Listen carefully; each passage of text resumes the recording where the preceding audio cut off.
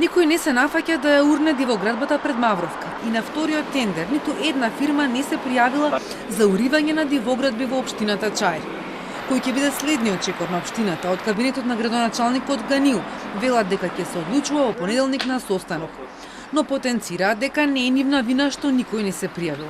Велат во тендерот не ставиле никакви посебни критериуми со кои би ги ограничиле фирмите да се пријават. И на втората постапка за јавна набавка не поднесе понуда ниту еден економски оператор. Одделението за јавни набавки и Комисијата за јавна набавка во понеделник ќе одржат состаноци, за да ги разгледаат законските можности за понатамошно постапување согласно Законот за јавни набавки. Градителот на дивоградбата се уште го носи епитетот мистериозен.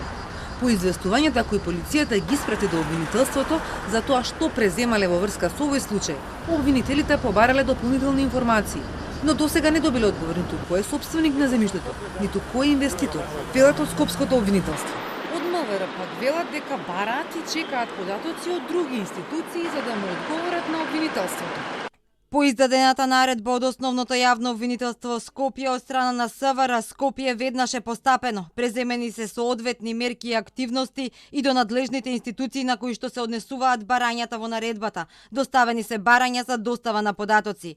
По добивање на бараните информации, веднаш истите ќе бидат доставени до основното јавно обвинителство Скопје. Предходно за Телмо од Министерството за транспорт и врски рекоа дека не се надлежни за постапка за уривање на дивоградбата и дека тоа е под ингеренција на локалната власт, а за евентуално одземање на надлежностите ќе чекаат на предлог од Државниот инспекторат за градежништво и урбанизам. Од инспекторатот пак велат нема ништо спорно во работата на градежниот инспектор од општина Чаир и нема основ да бараат одземање на надлежностите.